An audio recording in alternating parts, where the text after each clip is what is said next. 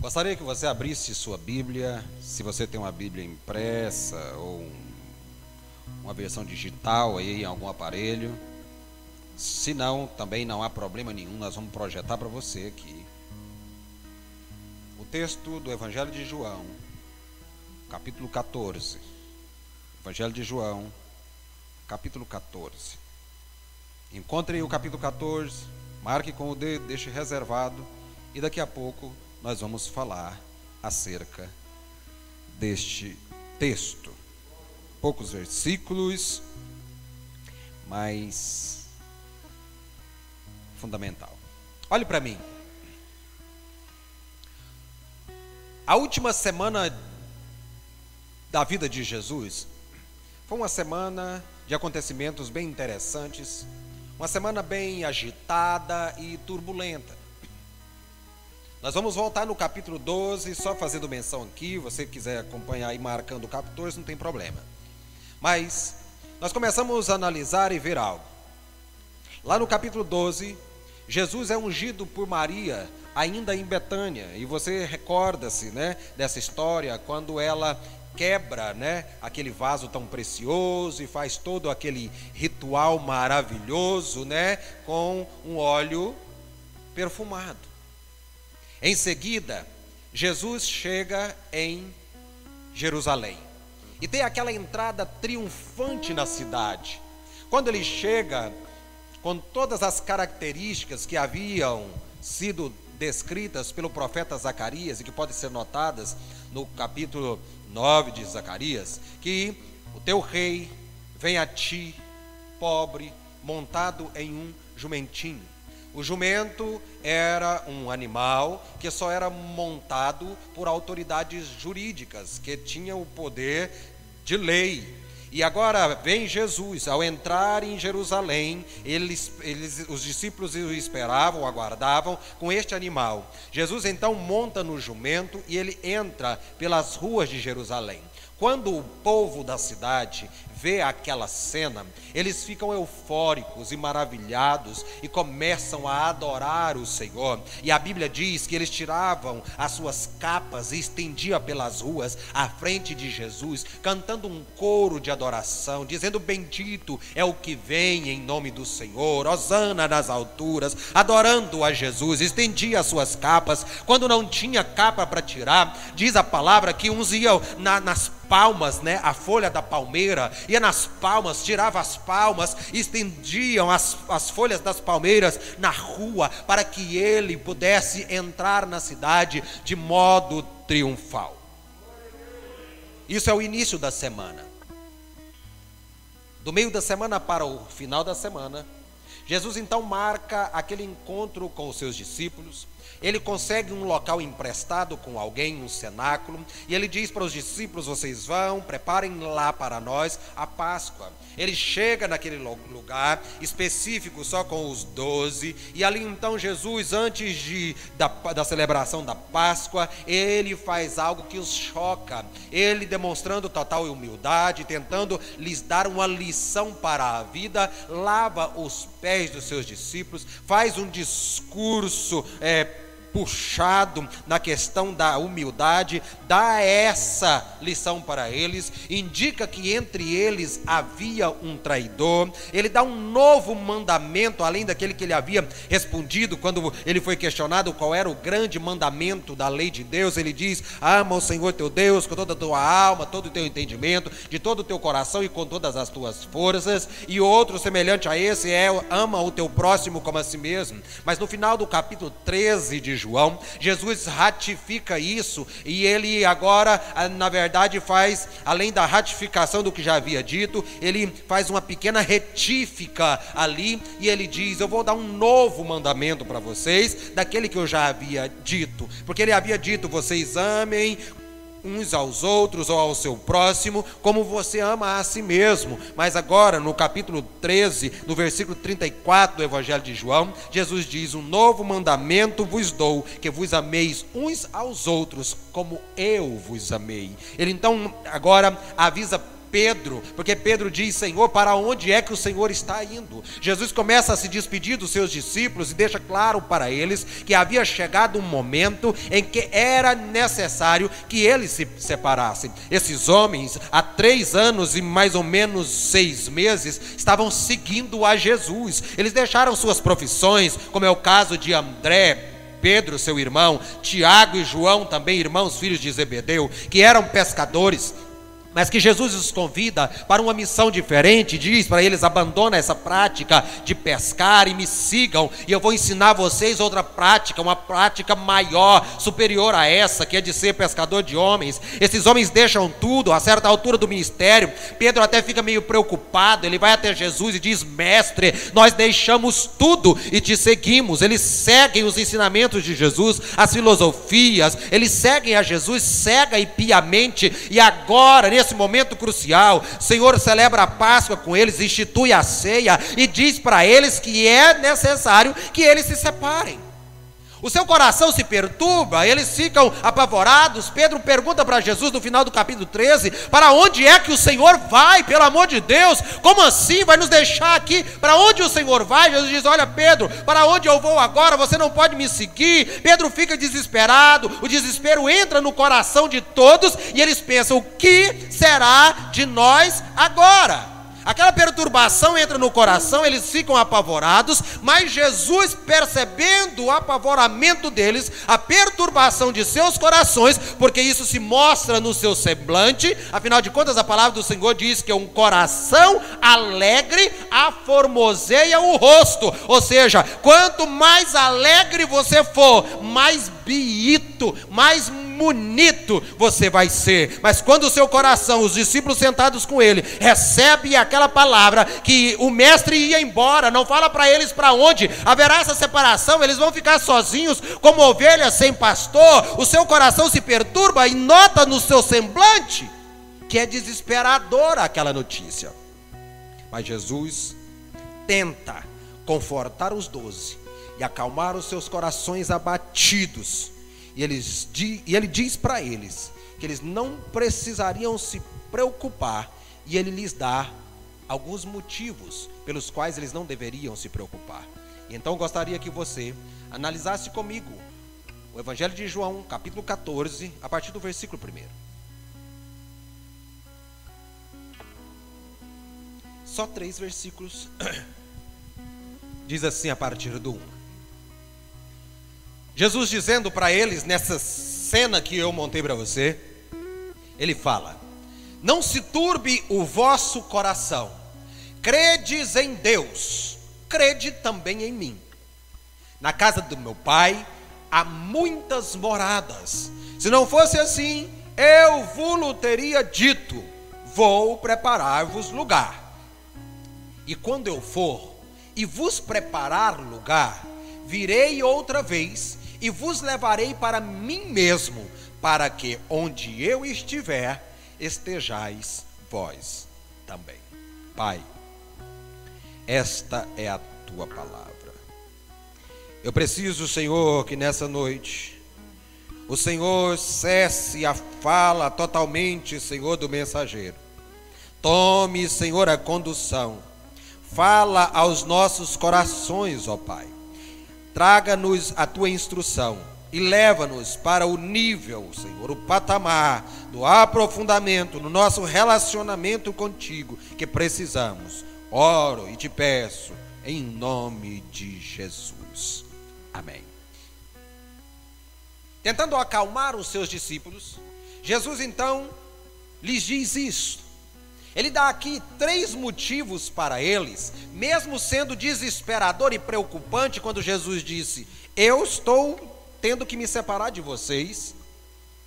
Ele agora tenta acalmá-los com 3 motivos sensacionais, e que nessa noite eu trago da parte de Jesus, pela sua palavra, isso também para o seu coração, a fim de que em momentos de grande angústia, de grande desespero e de incerteza como eles estavam vivendo, hora ou outra, nós também passaremos por situações, circunstâncias semelhantes a essa. Mas Jesus nos dá 3 motivos sensacionais aqui, para que guardemos no coração, a fim de não esmurecermos. Primeiro motivo que Jesus dá para que eles não fiquem tão perturbados e apavorados, quando ele diz no início do versículo 1, não perturbe o vosso coração. Assim como vocês creem em Deus, eu quero que vocês coloquem essa mesma crença em mim. E ele começa, o primeiro motivo pelo qual eles não precisavam ficar apavorados. O primeiro motivo é: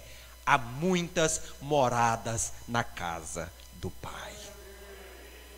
Jesus diz com esta palavra que o Pai tem uma casa, e na casa do Pai tem cômodos ou quartos suficientes, há muitas moradas. Jesus fala do céu, ou seja, a morada do Pai, como um lugar real, um lugar literal, não um lugar fantasioso, um local de possibilidades, algo apenas na mente de pessoas fanáticas. Não, Jesus trata este lugar como um espaço real e verdadeiro, e quando ele retrata o céu como esse lugar adorável, onde o Pai habita, na verdade a palavra casa aqui no grego, no original, significa lugar de moradia, dando com isso um sentido de perpetuidade, eternidade de residência. Quero te dizer aqui nessa noite,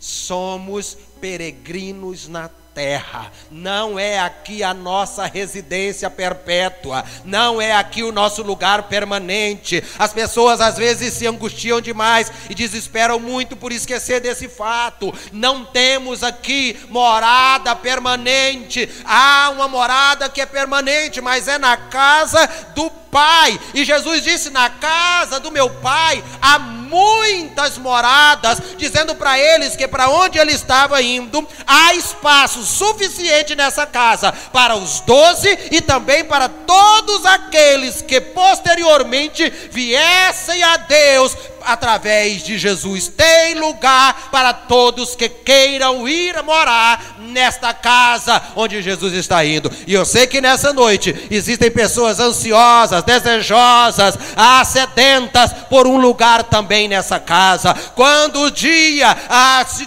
tornar angustiante, apavorante, lembre-se que aqui não é a sua casa. Daqui a pouco passará todo tipo de sentimento perturbador, e você tem um espaço pronto, preparado na casa de Deus. Neste texto, Jesus dá um segundo motivo, porque eles não precisam dessa grande perturbação ou de ficar apavorados, e ele conforta-os, dizendo que o segundo motivo é: ele está indo preparar um lugar para eles.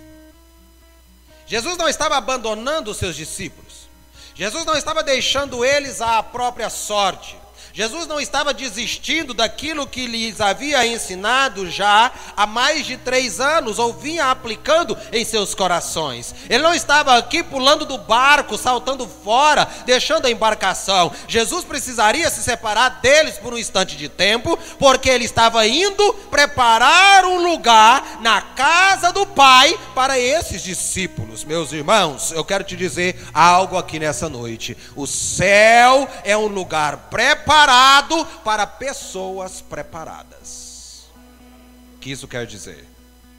Quer dizer que enquanto estamos por cá, é tempo de nós buscarmos preparo.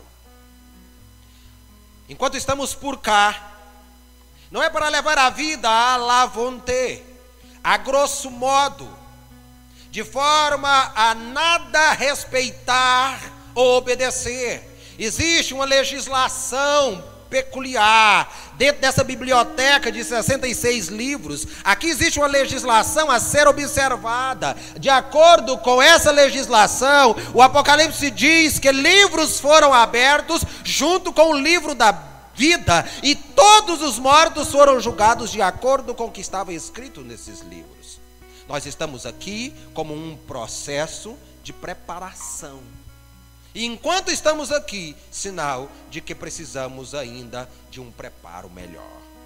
Mas o céu é um lugar preparado para pessoas preparadas.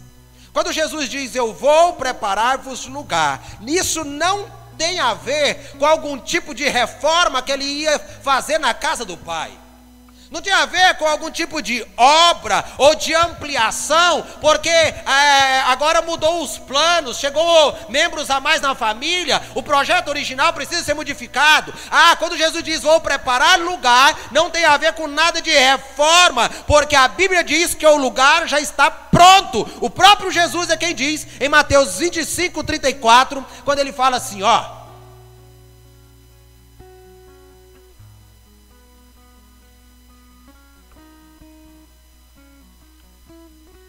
então dirá o rei aos que estiverem à sua direita, vinde benditos do meu Pai, possuí por herança o reino que vos está preparado desde a fundação do mundo. Jesus não está indo fazer uma reforma. Ele diz, vou preparar um lugar para vocês. Mas esse lugar já está preparado desde a fundação do mundo. Já está esperando por mim e por você. O nosso lugar já está preparado. Então por que é que Jesus diz, eu tenho que ir preparar lugar? As moradas estavam prontas desde a fundação do mundo. Contudo, eles ainda não estavam prontos. Quando Jesus diz, eu vou preparar lugar, ele estava dizendo acerca do caminho que ele precisava limpar, indo à frente, preparando, abrindo o caminho para a casa do Pai através da cruz. Em terceiro lugar, neste texto que lemos, Jesus disse que ele voltaria para buscá-los a fim de estarem juntos para sempre. E esse terceiro motivo deveria ser o motivo de maior animosidade para os discípulos e para nós hoje.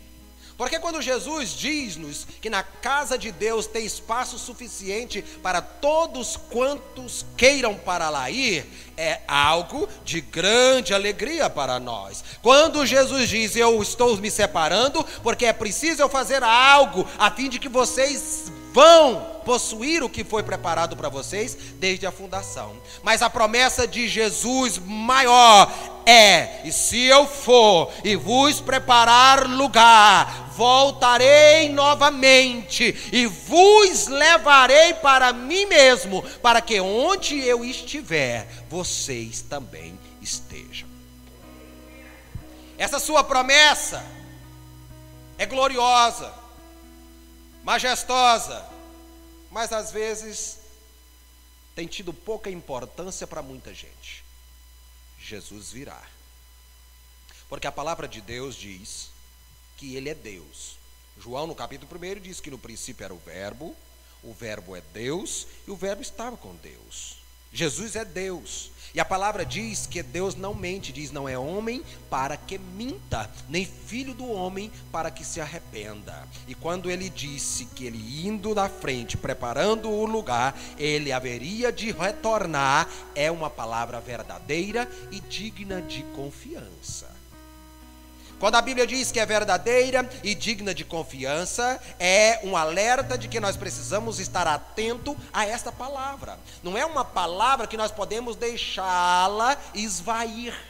Não é uma palavra para se ouvir hoje e que não haja necessidade de guardá-la para amanhã, mas é uma palavra que precisa estar aplicada e viva em nossos corações o tempo todo. Jesus virá a qualquer instante. E ele vem para buscar alguém. Ele vem para buscar aqueles que o estão esperando. Ele diz para os seus discípulos: eu vou preparar lugar para vocês. Se eu for e preparar lugar para vocês, eu venho novamente para buscar vocês. E eles estão esperando que Jesus volte. E ainda hoje há pessoas que estão aguardando essa vinda e esse retorno para buscar. Eu estou ansioso pelo momento em que o Senhor há de chamar o meu e o seu nome, porque vou te dizer mais uma vez: o Rei está voltando. O retorno dele é única e exclusivamente por nossa causa. A sua vinda aqui só diz respeito a nós. É porque ele nos ama. Olha o que ele diz: para que onde eu estiver, vocês também estejam. É por amor a nós, é por nos querer junto dele. Então Jesus agora fala para os seus discípulos: eu estou me afastando de vocês, não porque quero estar longe, ou porque não quero ficar com vocês. É pelo contrário, vou ter que me afastar por um tempo, porque eu quero estar com vocês por toda a eternidade. O meu querer é estar sempre com vocês, o tempo todo com vocês. Eu vou organizar tudo e eu volto para buscar vocês, e assim estaremos para sempre juntos. Como pode um pecador ter a esperança e a expectativa de ir para a casa do Pai, o céu?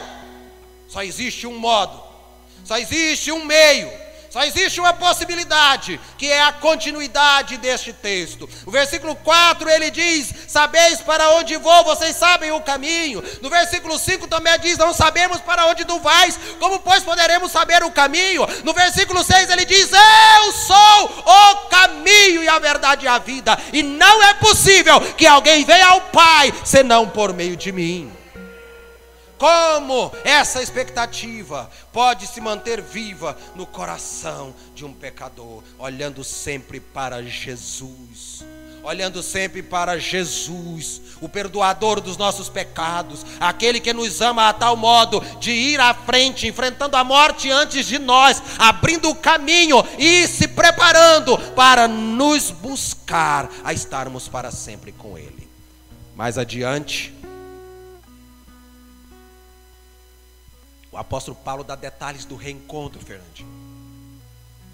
O apóstolo Paulo vai dar detalhes de como será lindo esse reencontro de Jesus com os 12. Que depois disso, um decidiu que não queria, 11. Mas todos aqueles que queiram, esse reencontro será lindo. 1 Tessalonicenses, capítulo 4, versículo 16 e 17 diz assim: porque o mesmo Senhor descerá do céu com alarido e com voz de arcanjo e com a trombeta de Deus, e os que morreram em Cristo ressuscitarão primeiro. Depois, nós, os que ficarmos vivos, seremos arrebatados juntamente com eles nas nuvens, a encontrar o Senhor nos ares, e assim estaremos sempre. Assim estaremos sempre, para sempre, e todos sempre, sempre e sempre com o Senhor. Que maravilha, que maravilha é levarmos uma vida com o Senhor, buscando nos enquadrar na sua palavra, vivendo diariamente, a cada novo amanhecer, a expectativa da sua vinda, porque nós amamos esse retorno. Esse retorno não tem aviso prévio além dos que nós já estamos tendo. A situação que estamos vivendo hoje é quando Jesus diz em Mateus 24 e 25 acerca das questões do final. Eles perguntam: que sinais haverá da tua vinda, ou que sinais podemos ter do teu retorno? Tantas coisas que ele enumera, uma delas é pestes. Ou seja, o rei está voltando. Mas ele alerta que a sua vinda será como a do ladrão à noite. Alguém já esperou o ladrão? Alguém já marcou o horário do ladrão chegar? É tal hora, faltando 15 minutos para o ladrão chegar. Nós não temos essa expectativa, essa convicção e essa certeza. Eu mesmo já vivi experiências de estar aqui nesse púlpito pregando, e quando chegar em casa o ladrão ter passado por lá. Eu não esperei, eu não guardei, eu não vigiei ele o tempo todo. E Jesus disse, assim como pessoas são pegas de surpresa, com a não expectativa da vinda do ladrão, assim também muitas pessoas serão pegas de surpresa, porque não estão na expectativa do retorno dele. Mas nós não, estamos ativos nessa expectativa, estamos alertas nessa expectativa. E é por isso que nessa noite nós estamos aqui reunidos para falarmos da sua morte, ou seja, a preparação do lugar para nós, o novo e vivo caminho para irmos nos encontrar com ele.